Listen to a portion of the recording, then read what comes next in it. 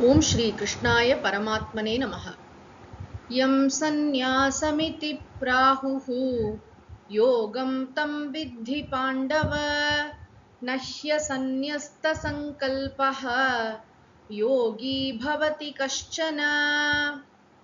भगवान श्री कृष्णர் தியான யோகம் என்ற இந்த அத்தியாயத்தை பகிரங்க சாதனங்களுடன் தொடங்குகிறார். ஹே பாண்டவ, ஓ அர்ஜுனா, யம் சந்நியாசம் இதி பிராகுகு, எதனை சந்நியாசம் என்று சொல்கிறார்களோ, எது சந்நியாசம் என்று சொல்லப்படுகிறதோ, தம் யோகம் இதி வித்தி, அதனை யோகம் என்று அறிந்து கொள். இந்த சந்நியாசம், யோகம் இது போன்ற வார்த்தைகளுக்கு கான்டெக்ஸ்டுக்கு தகுந்த மாதிரி பொருள் எடுத்துக்கொள்ள வேண்டும். சுவாமிஜி ரொம்ப அழகா சொல்லுவாங்க, யோகம் அப்படிங்கிற சொல் யுஜ் என்ற வினையடியிலிருந்து வந்தது, தாத்து. அந்த ரூட்ல இருந்து யுஜ் என்ற தாத்துல இருந்து வந்ததுதான். யுஜ்னா இணைத்தல், சேர்த்தல்னு அர்த்தம். எதனுடன் சேர்த்தல்?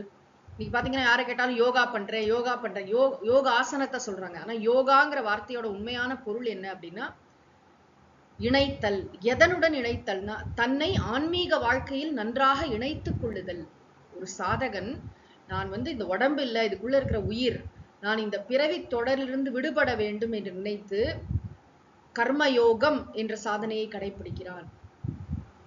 எந்த ஆட்டிடியூடோட பண்றான்? உபாசனா யோகம், தியானம் செய்கிறான். அப்புறம் அது அவனை ஞான யோகத்திற்கு அழைத்து செல்லும். எல்லாமே யோகம் தான். இங்க பகவான் என்ன சொல்கிறார்னா, எதனை துறவரம் என்று சொல்கிறார்களோ அதுதான் யோகம். அப்படின்னா என்ன அர்த்தம்? துறவிதான் யோகியாக முடியும் அப்படி அர்த்தம் இல்ல. அதுக்கு காரணம் ரொம்ப அழகா அடுத்த வரியில சொல்றார். நஹி அசந்நியஸ்த சங்கல்பக யோகி பவதி. அசந்நியஸ்த சங்கல்பக, அதாவது சங்கல்பம்னா ஒரு செயல், இந்த நான் செய்யறதுனால எனக்கு இது கிடைக்க போகிறது, அது கிடைக்க போகிறது அப்படிங்கிற பலன்ல இருக்கிற விருப்பம் இருக்கு இல்லையா, அதுக்கு இந்த இடத்துல சங்கல்பம்னு பேரு. சந்நியஸ்த சங்கல்பக அப்படின்னா இந்த துறவிலாம் என்ன பண்றாங்கன்னா, எதை துறக்கிறார்கள்னா, துறவி அபிமானத்தை துறக்கிறார். இந்த இடத்துல யோகியை பத்தி பகவான் சொல்லும்போது என்ன சொல்ற? சந்நியஸ்த சங்கல்பக. இவனும் துறக்கிறான்ப்பா. இவன் எதை துறக்கிறான் தெரியுமா? சங்கல்பத்தை துறக்கிறான். என்ன சங்கல்பம்னா, செயலில் பலனில் இவனுக்கு ஒரு நாட்டம் ஏற்படும் இல்லையா, அதை துறக்கிறான். இதை செய்யறதுனால இது வரப்போகிறது, அது வரப்போகிறது, நான் இதுக்காக செய்யறேன் அதுக்காக செய்யறேன் அப்படின்னு எந்த விதமான அஜெண்டாவும் இல்லாமல் செயலே வழிபாடு, இந்த செயலை நான் இறைவனுக்கு செய்கின்ற பூஜையாக செய்கிறேன், கர்மயோகம். அப்படி பண்ணி பண்ணி பண்ணி அவனோட முழு நாட்டமும் செயலில் போக்கஸ்டா இருக்கும் பொழுது பலனை பற்றி அவன் நினைக்காத போதுதான் மனசுல பரபரப்பு, படபடப்பு, இந்த ரெஸ்ட்லெஸ்னஸ் எல்லாம் இல்லாம இருக்கும்.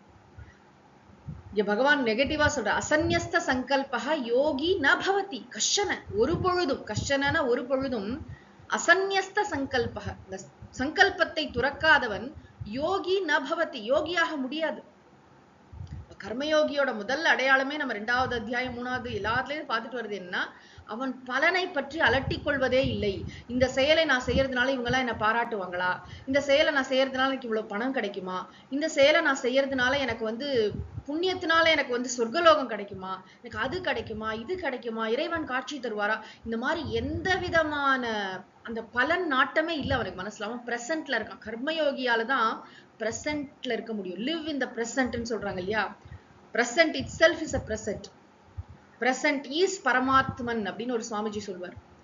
இந்த கணத்துல வாழறது அப்படின்னா அது அந்த மாதிரி யாரு செயல்லையே கவனத்தை முழுவதுமாக குவித்து செயல் புரிகிறானோ அவனுக்கு தான் ஞான யோகத்திற்கான தகுதி வரும். அவன் தான் ஞானத்தை பெற்று தியானம் செய்ய முடியும். இவ்வளவு அழகா கனெக்ட் பண்றாரு பாருங்க.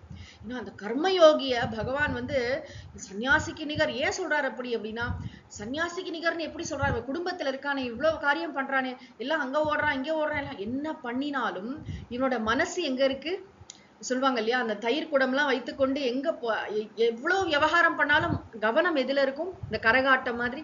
அது மாதிரி இந்த கர்மயோகியோட மனசுல எப்பொழுதுமே இது இறைவனுக்காக நான் செய்கிறேன், இறைவன் பொருட்டு செய்கிறேன், மனத்துக்கண் மாசிலன் ஆதல், அவனோட ஒரே குறிக்கோள் அதுவாதான் இருக்கும். அதனால மன தூய்மையின் பொருட்டு, மன அமைதியின் பொருட்டு அவன் செயல் புரிகிறான். அது மட்டும்தானே தவிர அவனுக்கு சங்கல்பம்னா இந்த செயலை செய்யறதுனால எனக்கு ஒண்ணு கிடைக்க போறது அப்படின்னு அவன் உலகியல் செயல்களோ வைதிகமான எந்த செயலும், ஏன்னா செயல் மட்டும்தான் என் கையில இருக்கு. பகவான் ரொம்ப அழகா சொல்றார், செயலின் பலன் பல ஃபேக்டர்ஸ் அதுல இருக்கு, நம்ம கையில முழுமையாக இல்லை. எதுல நமக்கு முழுமையாக கண்ட்ரோல் இல்லையோ அந்த விஷயத்தை பத்தி கவலைப்படுறது, அலட்டிக்கிறது, கற்பனை கோட்டை கட்டுறது எல்லாம் தேவையில்லை இல்லையா.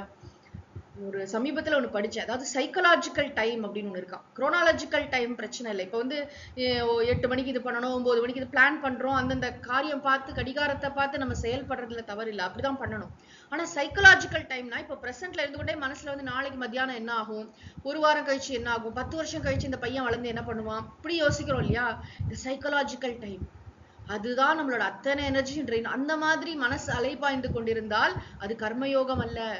இப்ப ஃபியூச்சர்ல நீ இதோ ஒண்ணு அது இப்படி நடக்கணும், இது இப்படி நடக்கணும், இது இப்படி நடந்துட்டா என்ன பண்றது, இது இப்படி நடக்க கூடாது, அது அப்படி நடக்கணும், அதான் சங்கல்பம். அந்த சங்கல்பத்தை துறந்தவன் தான் யோகி. இங்க பகவான் என்ன சொல்றார், அதனால அந்த யோகி வந்து எதை யோகம் என்று சொல்கிறோமோ அதை சந்நியாசம் என்று சொல்கிறோம். ஏன்னா இவன் சங்கல்பத்தை துறந்திருக்கிறான் என்று அருமையாக இந்த கருத்தை பகவான் சொல்லியிருக்கார். ஆக எதை சந்நியாசம் என்று சொல்கிறார்களோ அதுவே யோகம் எனப்படும். ஏன் அப்படின்னா சந்நியாசத்தை, அதாவது சங்கல்பத்தை துறக்காதவன் யோகியாக முடியாது. அதாவது பலனை பற்றி ரொம்ப அலட்டிக் கொள்பவன் யோகியாக முடியாதுப்பா. இவனும் துறந்திருக்கான், கர்மயோகியும் துறவிதான். எப்படின்னா இவன் பலனில் நாட்டத்தை துறந்து விட்டான். பலன் எனக்கு வேண்டாம், உலகியல் பலன்கள் என்ன வந்தாலும் வேண்டாம் இல்ல, அதுல அவனுக்கு நாட்டம் இல்லை. செயலுக்கான பலன் வரும், அதுல இவன் தன்னை அட்டாச் பண்ணிக்க மாட்டான், அதுக்காக செயல் புரிய மாட்டான். பலனின் பொருட்டு செயல் அல்ல, செயலுக்காக செயல் அந்த முழு ஈடுபாடு.